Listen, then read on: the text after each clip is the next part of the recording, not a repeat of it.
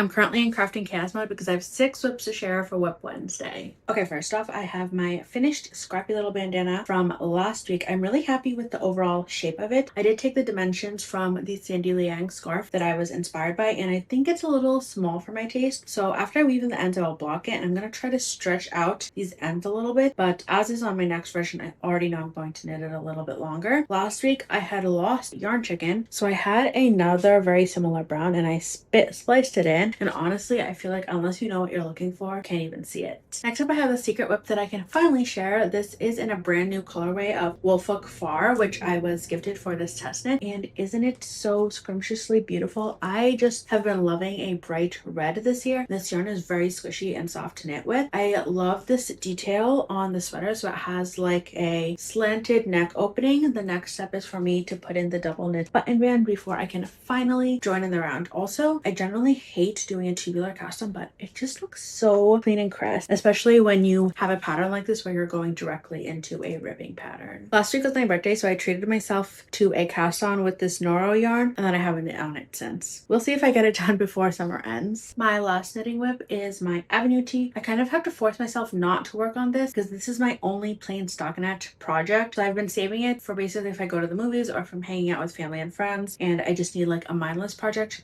to work on. That's what I'm reaching for. So I don't think I made that much progress on it, but also I know I said I wasn't going to do any color management. We'll see how I feel about that because it is very light up top and it does get a lot darker and more contrasty further down, but I don't think I'm going to rip back. So it is what it is. Lastly, my 2 sewing whips are with the same exact pattern, the same exact fabric, because I'm trying to see how many versions I can make using the same pattern. So this is the top that I was working on last week. It maybe only looked a little bit further along because I did finally sew in all the buttonholes, and I just want to wash it before I hand sew in the buttons. Overall, I really love the way that it fits. I have so few summer blouses. Like all my summer tops are mostly either just knit tops or t-shirts because it's really hard for me to find summer tops that fit. And now that I sew, I love that I can have cute summer tops that it's not oversized, but it's not overly fitted yet. It has a very polished look to it, in my opinion. And I can't wait to see what other variations of this I can sew up. I had a lot of that fabric left over, and I had also accidentally cut out 2 extra front panels. So I decided to use all my leftover fabric to turn it into a little mini dress. And I think it looks really cute. I do still have to put in all the elastic in the arms and in the neckline. And I think once I put in some elastic in the neckline,